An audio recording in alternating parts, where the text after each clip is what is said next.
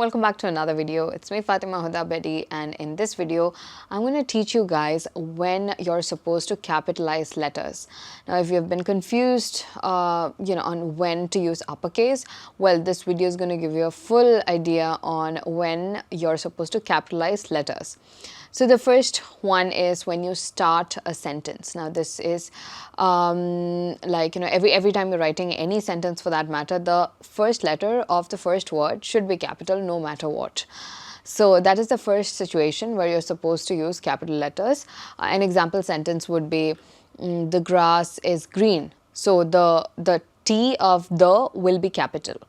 And then we have proper nouns. When you're using proper nouns, say the name of a person, the name of an organization, or the name of a place, well, you have to use capital letters in the beginning of the word. So let's say the name is John, then the J of John will be capital. If it's a place, if it's India, then I will be capital. And if it is an organization, let's say Samsung, then S will be capital.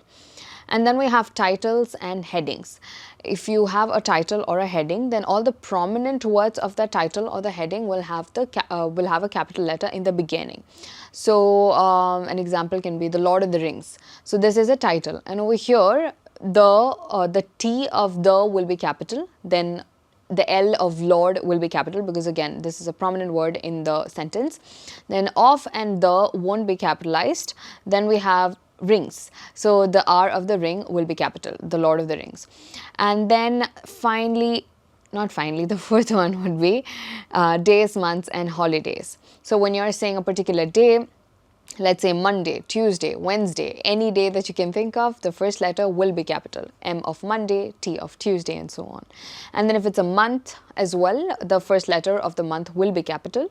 Let's say July, J will be capital. If it's December, D will be capital. And then for holidays, if it's Onam, O will be capital. If it's Christmas, C will be capital. And then coming to initials and acronyms, whenever you have initials and acronyms, all the letters of it will be capital. Let's say UNESCO, UNESCO, all the letters are going to be capital.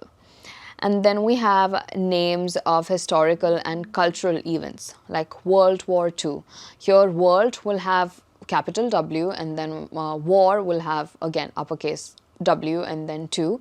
So World War II will have 2 capital W's and the 2. And then we have nationalities, languages and religions. When you're talking about nationalities, let's say Spanish, he's Spanish. So here S will be capital. And if it's a language, let's say Malayalam, M will be capital. English, E will be capital.